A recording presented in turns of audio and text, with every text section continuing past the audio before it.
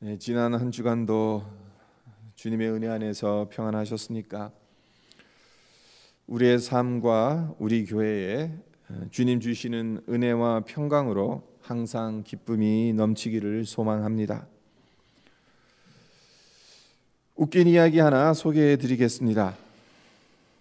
어린 자녀 5을 둔 어느 엄마가 토요일 오전 이웃집 아줌마들과 수다를 떨고 집으로 돌아왔습니다.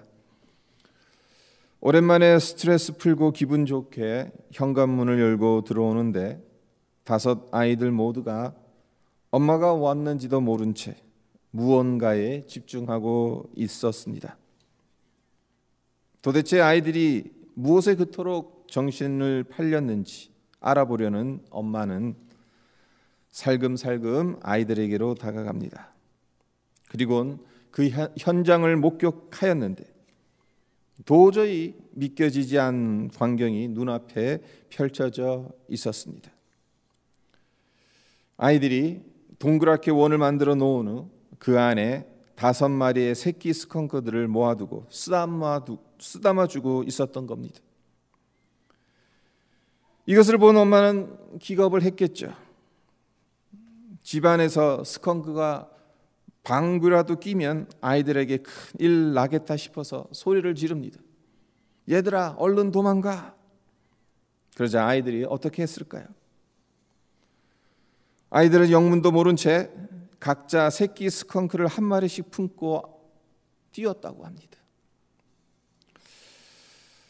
엄마는 방 안에 스컹크가 있어서 아이들에게 큰일 날까 봐 빨리 도망가라고 소리 질렀던 것인데 아이들은 스컹크 새끼를 보물 다루듯 품에 꼭 안고 뛰었으니 엄마의 심정이 어떠했을까요? 때로는 우리의 신앙 역시 이 엄마가 경험한 것과 비슷하지 않나 하는 생각을 해봅니다. 조금 전까지만 해도 은혜 받아 기분 좋았고 기뻐했던 것이 예상치 못한 상황으로 인해 어찌해야 할지를 모르는 당혹함과 절망감으로 바뀌는 경우가 종종 있지요. 그리고 이렇게 되면 그동안 누려왔던 기쁨도 사라지게 됩니다. 그런데 이 정도만 돼도 괜찮습니다. 문제는 주님 주시는 기쁨을 빼앗아가려고 하는 것이 이 세상에 참으로 많다는 겁니다. 비근한 예로 스마트폰 하나만 있으면 좋아하는 음악 마음껏 들을 수 있습니다. 보고 싶은 동영상 언제 어디서든 볼 수 있습니다. 재미있는 게임 신나게 할 수 있습니다. 우리의 눈과 귀를 즐겁게 합니다. 요즘은 VR 기술이 발달해서 VR 고글을 끼면 가상의 세계를 현실보다 더 현실적으로 경험할 수 있기도 합니다. 이와 같이 즐길 것이 점점 더 많아져가는 세상에서 우리는 살아가고 있습니다. 하지만 즐길 것이 많아졌다고 해서 우리의 심령이 기쁨을 더 많이 누리느냐? 그렇지는 않은 것 같습니다. 세상이 발전해서 우리의 오감을 즐겁게 해주는 편리한 도구들이 아무리 많이 나온다 한들 우리의 영혼을 만족시키는 기쁨을 가져다 주지는 못합니다. 그렇다면 우리가 물어야 할 질문이 있습니다. 무엇이 우리가 누려야 할 진정한 기쁨이냐는 것입니다. 미국의 유명한 강해 설교자이면서 저술가인 척 스윈들 목사님 기쁨을 이렇게 정의했습니다. 기쁨이란 우리가 표현하기로 선택한 긍정적인 태도이다. 무슨 뜻입니까? 기쁨은 우리의 상황에 의해 생길 수도 있고 사라질 수도 있는 것이 아니라 주님을 향한 신뢰에 뿌리를 둔 마음의 태도라는 겁니다. 주님께서 우리의 삶에서 일하고 계시고 과거, 현재 그리고 미래의 어떤 일이라 하더라도 그 상황을 완벽하게 컨트롤하신다는 것을 믿으며 상황을 바라보는 긍정적인 태도가 기쁨이라는 것입니다. 단순히 감정적인 그런 기쁨을 말하는 것이 아니라 의지적인 기쁨을 말하고 있는 거죠. 태도를 말하고 있는 것입니다. 우리가 누려야 할 기쁨의 근원, 원천은 이런 의미에서 주님 한 분밖에 안 계신 것입니다. 요한복음 15장 5절을 보면 예수님께서 나는 포도나무요 너희는 가지라 내가 그가 내 안에 내가 그 안에 거하면 사람이 열매를 많이 맺나니 나를 떠나서는 너희가 아무것도 할 수 없음이라고 말씀하셨는데, 기쁨 역시 마찬가지입니다. 기쁨이라는 열매, 주님을 떠나서는 맺을 수가 없습니다. 주님께 붙어 있지 않고 주님 안에 거하지 않은 채 맺을 수 있는 열매가 아닙니다. 그런데 말입니다, 매우 역설적이기도 이 기쁨은 우리가 경험하는 슬픔의 깊이에 비례한다는 사실입니다. 어떤 근거로 이런 말씀을 드리는 것이겠습니까? 요한복음 16장 20절에 예수님께서 이렇게 말씀하셨습니다. 내가 진실로 진실로 너희에게 이르노니 너희는 곡하고 애통하겠으나 세상은 기뻐하리라. 너희는 근심하겠으나 너희 근심이 도리어 기쁨이 되리라. 예수님께서 이 말씀을 언제 하셨냐 하면 종교 지도자들이 보낸 자들에게 체포되던 밤이었습니다. 내일이면 십자가에 매달리셔야 하는 그 밤에 이 말씀을 하신 것입니다. 그 당시 사람들에겐 십자가는 저주의 나무입니다. 제자들 역시 십자가를 저주의 나무로 생각하였기에 하나님의 아들인 예수님께서 십자가에 매달려 죽을 것이라고는 도저히 예상치 못했을 겁니다. 그래서 예수님이 십자가에 달리셨을 때 제자들은 엄청난 상실감을 경험했을 겁니다. 죽음과도 같은 슬픔의 고통이 그들을 짓눌렀을 것입니다. 하지만 주님께서 사망 권세에 이기시고 부활하신 것을 알게 어떻게 되었습니까? 주님께서 말씀하신 대로 그들의 근심이 도리어 기쁨이 되었잖아요.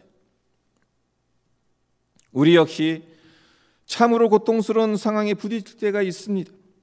그럴 땐 우리 힘으로는 그 고통을 어떻게 할 수가 없습니다. 그 슬픔을 우리 능력으로는 제거할 수 없습니다. 고통스럽지만 그 시간을 통과하는 것 이외에는 다른 방도가 없습니다.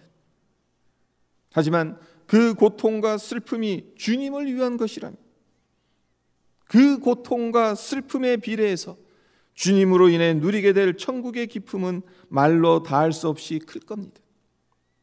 신앙 여정의 골짜기가 깊으면 깊을수록 언젠간 오르게 될 산의 정상 역시 높을 것입니다. 지금 당장은 기뻐할 수 없겠지만 십자가의 은혜에 깊이 잠기면 잠길수록 성령께서 슬픔이 변하여 기쁨이 되게 해주실 겁니다. 고통이 변하여 감사의 찬양을 드릴 수 있게 해주실 것입니다. 성도 여러분, 빌립보서가 어떤 책입니까? 기쁨의 복음을 전하는 서신서죠. 빌립보서를 관통하고 있는 핵심 주제가 그리스도 안에서의 기쁨입니다. 네, 여러분들도 잘 아시다시피 빌립보서는 사도 바울이 감옥에 갇혀 있을 때 쓴 책입니다. 감옥에 갇혀 있을 때 쓴 서신서라 해서 성경학자들은 옥중 서신서라고 부르는데, 바울이 감옥에 있으면서 쓴 옥중 서신서들, 에베소서, 빌립보서, 골로새서, 빌레몬서, 이렇게 4개의 서신서가 있습니다. 이 4개의 옥중 서신서 중 빌립보서는 대부분의 성경 주석 학자들과 역사학자들이 추정하기로 사도 바울이 순교당하기 전에 옥중에서 마지막으로 쓴 책이라고 합니다. 한마디로 극심한 죽음의 공포가 몰려드는 상황에서 쓴 서신서인 셈입니다. 보통 사람 같으면 주 안에서 기뻐하라 말하기 힘듭니다. 하지만 사도 바울은 4장이라는 그리 길지 않은 빌립보서 곳곳에서 기쁨을 반복해서 계속해서 언급하고 있습니다. 이참에 빌립보서를 한번 훑어보도록 하겠습니다. 1장서부터 기쁨에 관련된 구절들을 한번 차근차근 한번 살펴보도록 하죠. 먼저 1장 4절을 보세요. 1장 4절에 보면 간구할 때마다 너희 무리를 위하여 기쁨으로 항상 간구함은이라. 그 사도 바울이 빌립보 교인들을 위해서 하나님 앞에 간구할 때 항상 기뻐함으로 간구했다라고 말하고 있죠. 그리고 1장 18절도 보십시오. 그러면 무엇이냐? 거칠애로 하나 참으로 하나 무슨 방도로 하든지 전파되는 것은 그리스도니 이로써 나는 기뻐하고 또한 기뻐하리라. 어떤 동기로 복음을 전파했든지 중요한 것은 예수님의 복음이 전해진 것이다. 그리고 그것으로 나는 기뻐한다. 그 의미죠. 그리고 1장 25절도 보세요. 내가 살 것과 너희 믿음의 진보와 기쁨을 위하여 너희 무리와 함께 거할 이것을 확실히 아노니.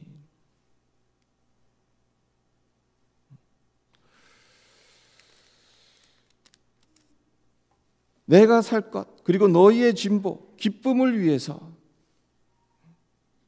너희 무리와 함께 거할 이것을 확실히 안다라고 사도 바울이 고백하고 있습니다. 그리고 2장으로 넘어갑니다. 2장 4절에 각각 자기 일을 돌볼 뿐더러 또한 각각 다른 사람들의 일을 돌보아 나의 기쁨을 충만하게 하라라고 권면하고 있습니다. 그리고 2장 17절과 18절을 보면 만일 너희 믿음의 제물과 섬김 위에 내가 나를 전제로 드릴지라도 나는 기뻐하고 너희 무리와 함께 기뻐하리니 이와 같이 너희도 기뻐하고 나와 함께 기뻐하라. 2장 28절입니다. 그러므로 내가 더욱 급히 그를 보낸 것은 너희로 그를 다시 보고 기뻐하게 하며 내 근심도 덜려 함이니라. 3장으로 넘어갑니다. 3장 1절 끝으로 나의 형제들아 주 안에서 기뻐하라. 너희에게 같은 말을 쓰는 것이 내게는 수고로움이 없고 너희에게는 안전하니라. 마지막으로 4장입니다. 4장 1절 그러므로 나의 사랑하고 사모하는 형제들 나의 기쁨이여 면류관인 사랑하는 자들아 이와 같이 주 안에 서라. 4절입니다. 주 안에서 항상 기뻐하라. 내가 다시 말하노니 기뻐하라.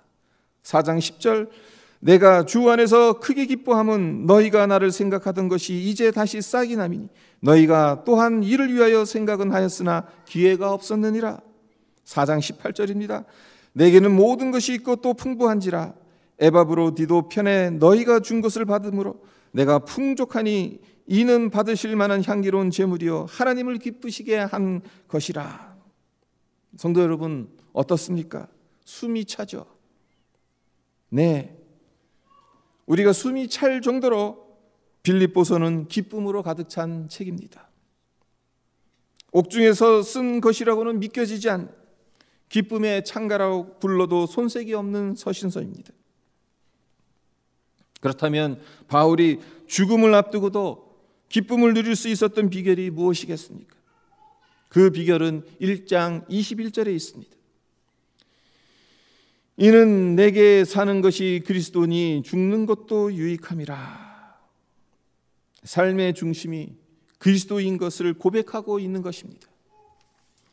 주님이 나의 모든 것 되시니 주님이 나의 중심이시니 주님을 위해 죽는 것 역시 유익이라는 고백이 사도 바울에게 있었고 그 고백대로 살았기 때문에 그 어떤 상황을 겪고 그 어떤 사람을 만나더라도 주님 주시는 기쁨을 빼앗기지 않을 수 있었던 것입니다. 쇠고랑이 그의 몸을 결박할 수는 있었지만 그의 기쁨까지 결박할 수는 없었던 겁니다. 다음으로 1장 12절에서 14절을 보세요. 형제들아 내가 당한 일이 도리어 복음 전파의 진전이 된 줄을 너희가 알기를 원하노라. 이러므로 나의 매임이 그리스도 안에서 모든 시대안과 그 밖에 모든 사람에게 나타났으니 형제 중 다수가 나의 매임으로 말미암아 주 안에서 신뢰함으로 겁없이 하나님의 말씀을 더욱 담대히 전하게 되었느니라. 오늘 함께 읽은 본문 말씀인 빌립보서 1장 13절에서 21절에서 가장 많이 나오는 단어 중에 하나가 뭐냐면은 매임이라는 단어가 계속해서 나오죠. 이 구절을 읽으면서 어떤 생각이 듭니까? 빌립보 교인들 입장에선 바울이 로마 감옥에 투옥됐다는 것은 더 이상 복음을 전할 수 없게 되었다는 것을 의미합니다. 그동안 바울이 빌립보를 거점으로 해서 여러 지역을 두루다니며 복음을 전해서 많은 교회들이 세워졌는데, 그런 바울이 이젠 감옥에 갇혔으니 새로운 교회가 세워지고 주님을 믿는 사람들이 생기는 일은 힘들어지게 되었다, 이렇게 생각을 했을 겁니다. 복음 전파에 결정적인 위기가 찾아왔다는 인식을 했을 것입니다. 그러니 빌립보 성도들은 낙심하였겠죠. 하지만 사도 바울이 말하고 있는 것이 무엇입니까? 나의 당한 일, 즉 내가 감옥에 갇힌 일이 도리어 복음 전파의 진전이 된 줄을 너희가 알기를 원한다고 말하고 있습니다. 여기서 진전이라는 용어는 원래 군대에서 쓰이는 용어로 아군이 진군할 수 있도록 적군이 설치해 놓은 장애물을 제거하고 길을 만든다는 뜻입니다. 로마 제국 당시 가장 중요한 전쟁 무기는 말이 끄는 전차였습니다. 로마의 전차 부대가 출격하면 그 전투는 하나마나 로마가 승리하게 되어 있었어요. 하지만 아무리 훌륭한 전차를 가지고 있다 하더라도 도로에 장애물이 놓여 있으면 어떻게 되겠습니까? 전차가 지나갈 수 없게 되니까 무용지물이 될 수밖에 없습니다. 그렇기 때문에 전차 부대가 출격하기 전에는 반드시 도로에 장애물이 있는지, 적군들이 혹시 장애물을 설치해 놓았는지 확인합니다. 그리고 장애물이 있으면 다 제거해 버립니다. 여러분은 감옥에 갇힌 것을, 지금 매인 것을 복음의 장애물을 제거하고 복음의 길을 활짝 열어놓은 것이라고 그렇게 사도 바울이 말하고 있는데, 이 말을 어떻게 받아들이십니까? 이해하기 힘들지 않습니까? 지금 매여 있는데, 그렇다면 우리 상식적으로 생각하면 후퇴입니다.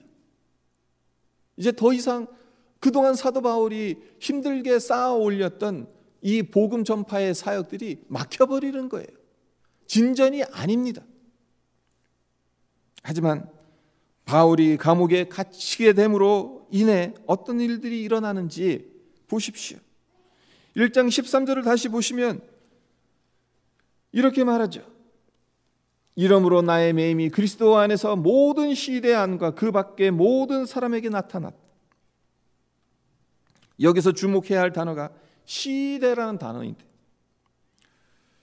로마 시대는 로마 황제의 경호를 맡은 특수부대입니다.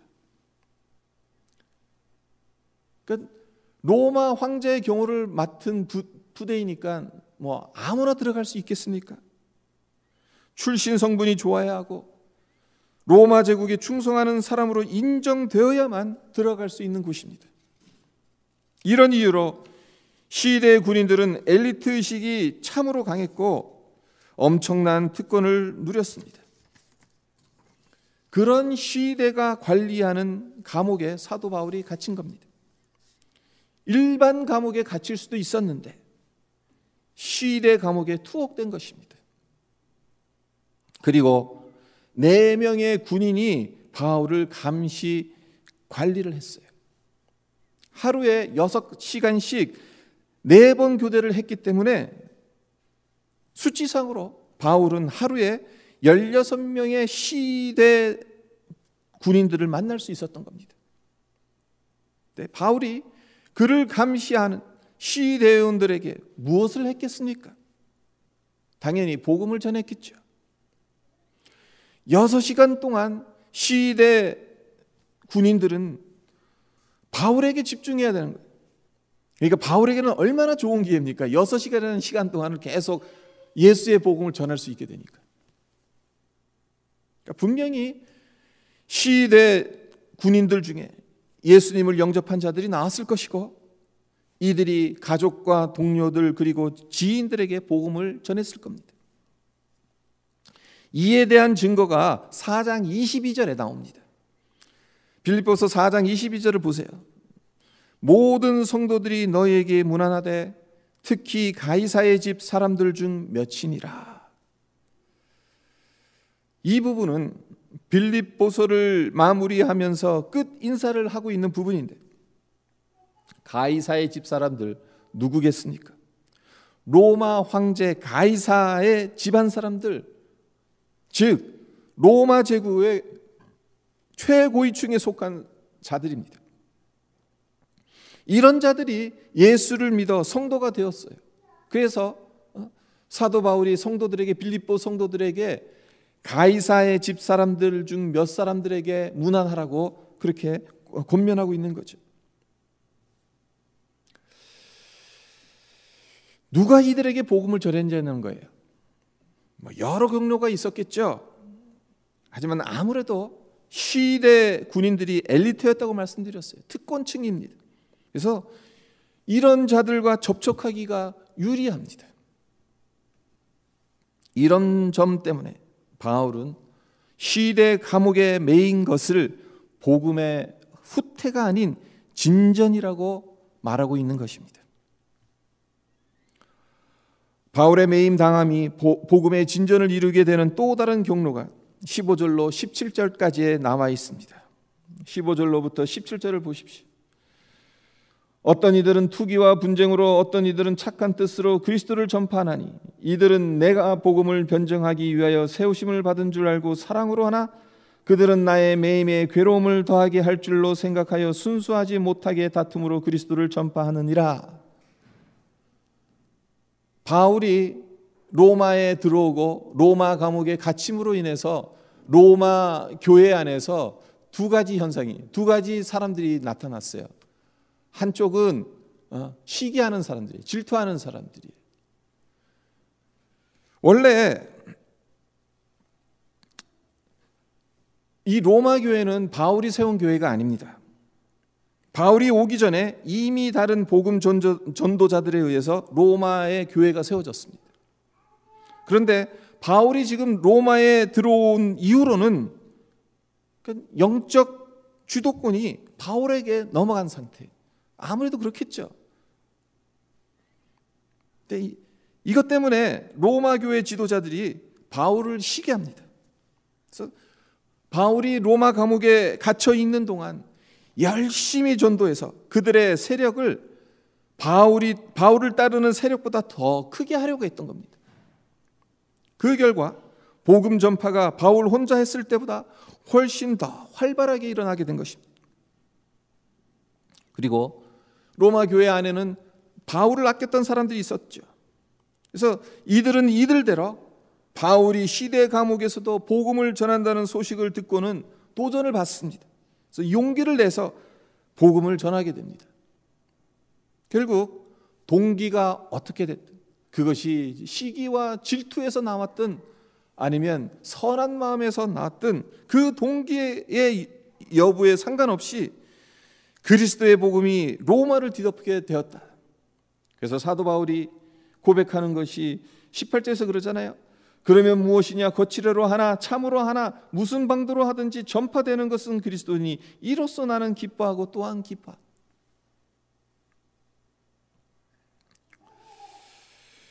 동기가 어떻게 되었든 간에 그리스도의 복음이 로마를 뒤덮게 되었으니 바울의 매임이 복음의 진전을 이루었던 것입니다. 성도 여러분, 혹시 여러분을 옴짝달싹 못하게 하는 매임이 있습니까? 하나님께서 왜 그것을 허락하셨겠습니까? 혹시 복음의 진전을 위해서 여러분에게 매임을 허락하신 것 아닐까라고 생각해 보시면 여러분에게 위로와 은혜가 될 것입니다. 그렇습니다. 하나님은 모든 것을 합력하여 선을 이루시는 분입니다. 그러하기에 우리의 그 어떤 매임도 도리어 복음의 진전이 될 수 있습니다. 이 점을 믿는다면 기뻐할 수 없는 상황에서도 주님 안에서 기뻐할 수 있게 되는 것입니다. 우리가 누려야 하는 기쁨은 세상의 기쁨이 아닙니다. 상황에 의해 좌지우지되는 기쁨도 아닙니다. 사람에 의해 생겼다 사라지는 기쁨 역시 아닙니다. 주님이 주시는 기쁨입니다. 십자가에서 흘러넘치는 기쁨입니다. 그러므로 내가 사는 것이 그리스도니 죽는 것도 유익함이니라 라는 고백이 우리 심령 안에서 넘친다면, 그리고 이 고백에 걸맞은 삶을 살아간다면 시대 감옥에 갇혀서 죽음을 기다리고 있어도 그 와중에 투기와 분쟁으로 복음을 증거하며 자기를 곤란하게 하려는 사람들이 있다 하더라도 그러한 것들로부터 자유함을 누리고 기쁨을 누렸던 바울처럼 주 안에서 항상 기뻐하는 삶을 살아갈 수 있을 것입니다. 우리의 삶에도 이 기쁨이 충만하기를 주님의 이름으로 축원드립니다. 잠깐 기도하도록 하겠습니다. 바울의 매임이 도리어 복음의 전파가 되었다고, 시대 엘리트 군인들에게 이 복음이 전파됨으로 인해서 나중엔 가이사 집안의 사람들에게까지 복음이 전해지게 된 것이고, 또 시대 감옥에서 복음을 전하는 소식을 듣고 이것에 자극받아서 이것에 용기를 얻어서 복음을 더 열심히 전하는 사람들이 있었는가 하면 시기와 질투지만 자기들의 세력을 더 확장시키기 위한 수단이었지만 어찌됐건 그리스도의 복음을 더 열심히 전하려고 했다. 그래서 사도 바울이 그것으로 내가 기뻐한다, 이 이야기를 하고 있습니다. 그렇습니다. 감옥에 매인 것이 오히려 복음의 진전이 되었고, 또 사도 바울은 이것을 통해서 나에게 기쁨이 되었다라고 고백하고 있습니다. 우리의 삶에도 나를 옴짝달싹 못하게 만드는 그 어떤 것들이 있다 하더라도, 그 매임이 있다 하더라도 그 매임이 하나님을 위해서 그것을 하나님 앞에 내어놓는다면 그것이 복음 전파의 진전이 될 수가 있고 하나님 나라의 확장이 될 수가 있고, 그로 인해 우리 안에 기쁨을 가져다 줄 수도 있다는 것을 우리가 기억했으면 합니다. 우리의 삶에 어떤 종류의 기쁨이 넘치는지, 내가 필요로 하는 것, 내가 원하는 것이 채워짐으로 인해서 내 안에 기쁨이 싹 트는 것인지, 나의 매임조차도 하나님 나라에 쓰임받기 때문에 그것이 기쁨이 되는지, 우리가 오늘 이 시간 하나님 앞에 묻고 내 자신에게 묻고 정말 바울의 매임이 도리어 복음 전파의 진전이 된 것과 같이 우리의 매임이 하나님 나라의 확장에 있어 귀하게 쓰임받게 해주십시오. 그리고 그것이 우리에게 기쁨을 가져다 주십시오. 함께 기도하는 시간이 되었으면 합니다. 기도하겠습니다. 아버지 하나님 감사합니다. 오늘 아버지 하나님 빌립보서 1장 13절에서 21절의 말씀, 사도 바울의 매임이 복음 전파의 진전을 이루어